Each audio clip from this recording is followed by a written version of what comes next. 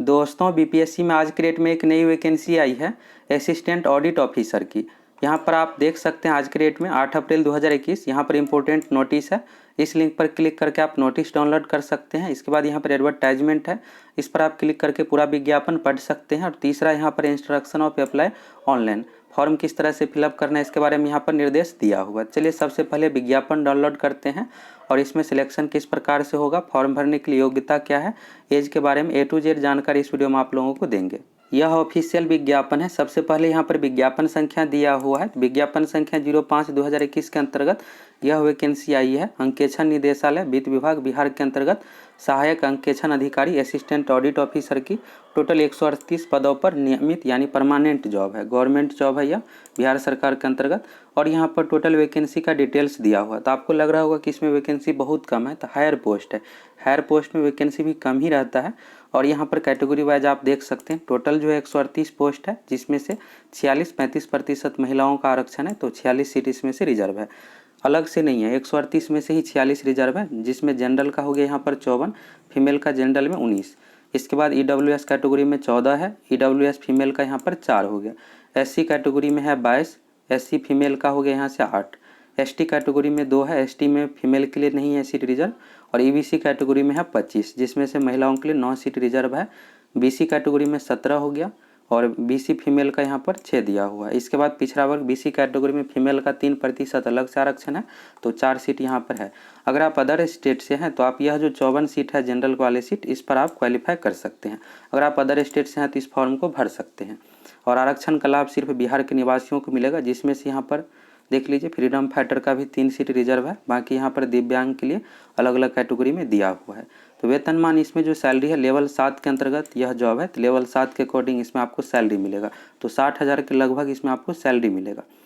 अब चलिए qualification details के बारे में देख लीजिए। तीसरे नंबर पॉइंट में है शैक्षणिक योग्यता, स्नातक पास होना चाहिए। लेकिन यहाँ पर विषय का कंडीशन है वाणिज्यिक, कॉमर्स हो गया, अर्थशास्त्र, इकोनॉमिक्स, सांख्यिकी, स्टैटिक्स और गणित। अगर इन 4 विषय में से अगर आप ग्रेजुएशन पास है तो इस फॉर्म को भर सकते हैं। में से किसी एक विषय में मान्यता प्राप्त विश्वविद्यालय से स्नातक ग्रेजुएशन का डिग्री होना चाहिए।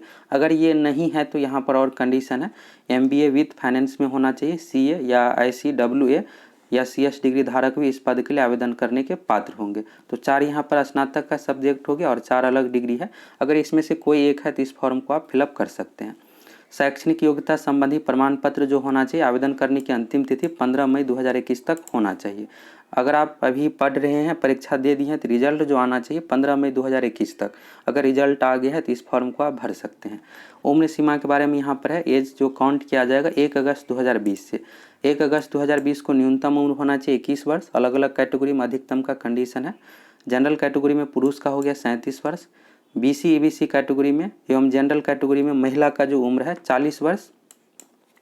BC कैटेगरी हो गया, EBC कैटेगरी में पुरुष एवं महिला दोनों का 40 वर्ष और जनरल कैटेगरी में महिला का 40 वर्ष। इसके बाद SC ST कैटेगरी में पुरुष एवं महिला का दोनों का यहाँ पर 42 वर्ष दिया हुआ है। और अधिकतम उम्र में यहाँ पर छूट के बारे में दिया हुआ है। अगर आप बिहार सरकार के अंतर्गत सरकारी सेवक है तो उम्र में यहाँ पर आपको छूट का लाभ मिल सकता है, जिसके बारे में यहाँ पर दिया हुआ है। अब चलिए यहाँ पर चयन की प्रक्रिया के बारे में समझ लीजिए। चयन की प्रक्रिया जो है 3 चरणों में है। पहला चरण हो गया प्रारंभिक परीक्षा, PT एग्जाम देना है। PT एग्जाम पास कर जाते हैं तो इसके बाद मेंस एग्जाम होगा। मेंस एग्जाम जो होगा कॉपी पर आपको लिखना पड़ेगा, जिस तरह से बोर्ड का एग्जाम देते हैं 10th 12वीं का, उसी तरह से कॉपी पर पेन से आपको लिखना है। PT एग्जाम में ऑब्जेक्टिव टाइप का 150 क्वेश्चन पूछा जाता है। मेंस एग्जाम होगा सब्जेक्टिव। मेंस एग्जाम अगर आप पास कर जाते हैं तो इसके बाद है इंटरव्यू। तो इंटरव्यू के बारे में भी आगे बताया गया है। तो चलिए यहाँ पर सबसे पहले प्रारंभिक परीक्षा के बारे में समझ लीजिए। प्रारंभिक परीक्षा के बारे में यहाँ पर दिया हुआ है, प्रारंभिक परीक्षा मुख्य परीक्षा एवं साक्षात्कार के आधार पर की जाएगी नियुक्ति। और प्रारंभिक परीक्षा में टोटल 150 क्वेश्चन पूछा जाएगा ऑब्जेक्टिव टाइप का। इसके लिए समय आपको 2 घंटा दिया जाएगा। प्रारंभिक परीक्षा यानी प्रीलिम्स एग्जाम में नेगेटिव मार्किंग नहीं है।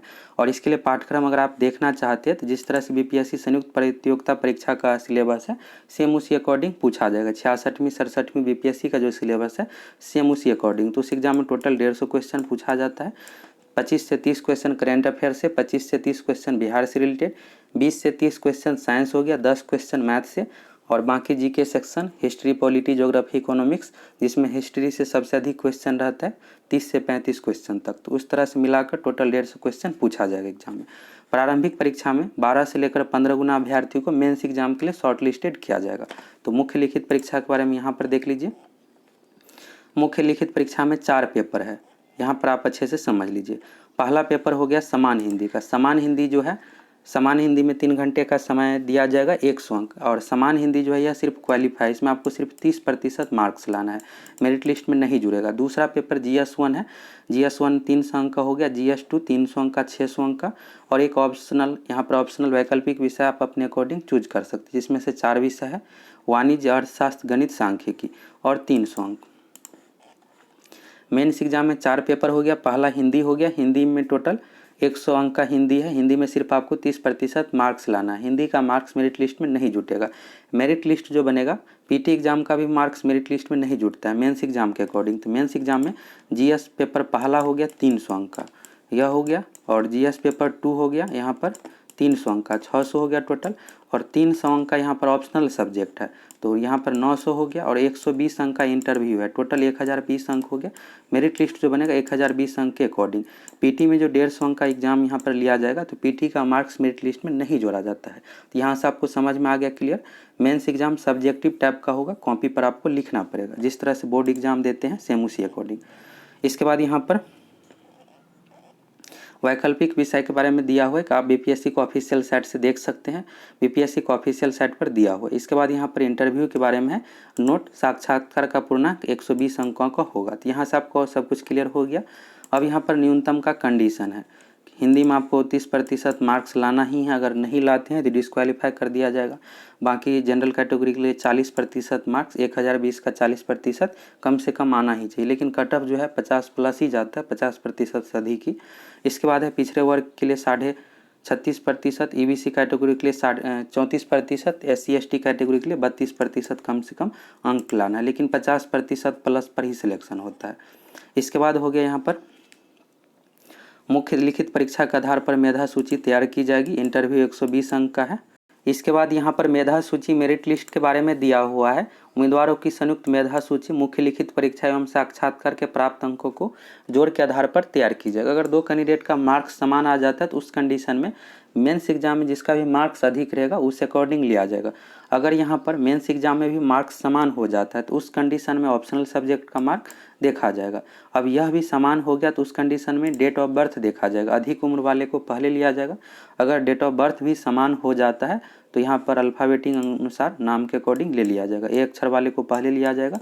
इस तरह से आरक्षण के बारे में यहाँ पर 6ठे नंबर पॉइंट में, तो जिस अकॉर्डिंग आरक्षण का लाभ मिलता है इसमें भी आपको आरक्षण का लाभ मिलेगा, और आरक्षण का लाभ सिर्फ बिहार के निवासियों को ही मिलेगा। अगर आप अदर स्टेट से हैं तो जनरल कैटेगरी में फॉर्म फिलअप कर सकते हैं। इसके बाद यहाँ पर महिला के बारे में दिया हुआ है, महिला उम्मीदवारों के लिए कि पिता के नाम से ही जाति प्रमाण पत्र होना चाहिए, क्योंकि जाति जो है पिता के अकॉर्डिंग होता है, पति के अकॉर्डिंग नहीं। तो इसके बारे में यहाँ पर दिया हुआ है पिता के नाम एवं स्थायी पता से निर्गत होना चाहिए। और यहाँ पर देख लीजिए आरक्षण का यहाँ पर कैटेगरी है, SC के लिए SC कोड हो गया, ST कैटेगरी के लिए ST, EBC, BC, EWS। Bihar में इस तरह से आरक्षण है। अब चलिए यहाँ पर जो भी मूल बातें हैं जो आपके लिए ज़रूरी है उसके बारे में आप लोगों को यहाँ पर बताते हैं।